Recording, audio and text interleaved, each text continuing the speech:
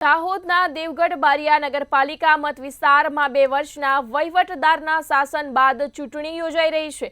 દેવગઢ બારિયા નગરમાં કુલ 16,108 મતદારો આગામી 16 ફેબ્રુઆરીના દિવસે મતદાન કરશે, જેમાં કુલ 6 વોર્ડમાં 24 બેઠકો છે, જેના માટે 20 મતદાન મથકો છે, જેમાં ભાજપના 22 ઉમેદવારો, કોંગ્રેસના 24 ઉમેદવારો અને આપના 15 ઉમેદવારો અને અપક્ષના કુલ 19 ઉમેદવારો મળી 80 ઉમેદવારો ચૂંટણીના મેદાનમાં છે।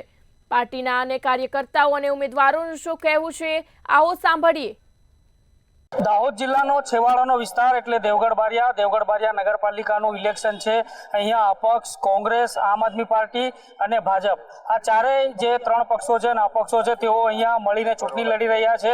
આ નગરપાલિકા વિસ્તારમાં 24 વોર્ડ છે અને 80 જેટલા ઉમેદવારો છે તે અહીંયા મેદાનમાં છે।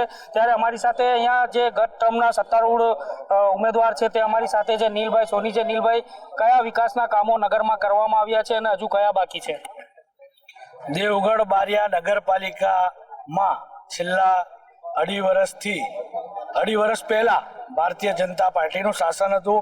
2 વર્ષથી વહીવટદારનું શાસન છે, જે મામલતદાર જે કહેવાય મામલતદાર શ્રી વહીવટદાર તરીકે શાસન કરી રહ્યા છે, કોઈ બોડી છે નહીં।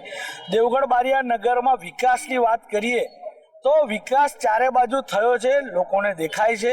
લોકોને નાની મોટી પ્રાથમિક જરૂરિયાત જે એવું કહે છે કે લાઇટ, પહેલાં લાઇટની વાત કરે છે તો લાઇટ પહેલાં જીઈબીના થાંભલા પર જૂની એલઈડી આમ લટકતી હતી, અત્યારે અંડરગ્રાઉન્ડ વાયરિંગ સાથેની નવા થાંભલા સાથેની આખા ગામમાં એલઈડી લાઇટ્સ છે। કે ભૂતકાળમાં શું થયું છે, દેવગઢ બારિયાના સભ્યો 15-15, 20-20 લાખ, 30-30 લાખની અંદર ખરીદતા હોય તે ગામનું હિત કોઈ દિવસ વિચારે નહીં અને ગામનું હિત જવાય પણ નહીં। બરાબર છે। હું તો કહું છું, સ્થાનિક લોકોને 2 હાથ જોડી વિનંતી કરવા માંગુ છું કે ગામના હિત માટે ભારતીય જનતા પાર્ટીનો માણસ હોય, ચાહે આપના હોય કે ચાહે કોંગ્રેસના હોય, ગામના હિત માટે જે પણ સારો વ્યક્તિ હોય એને વોટ આપજો। ભાઈ કહે છે અમારે કરપ્શન કરવાનું છે, એમાંથી જ પૈસા આપવાના છે તમને। અત્યારથી જ ઓફરો થઈ ગઈ છે કે 40-40 લાખ રૂપિયા આલશો અને અમે બી કહેજો અમારા માણસો બી 40 લાખ રૂપિયા ફૂટવાવાળા તૈયાર હોય તો પબ્લિકને કહું છું કે અમારા કોંગ્રેસના માણસોને બી તમે વોટ ના આપતા। તમને એવું લાગે કે આ માણસ ફૂટે એવો છે તો અમે છાતી ઠોકીને કહીએ છીએ કે અમારા ઉમેદવારને વોટ ના આપતા।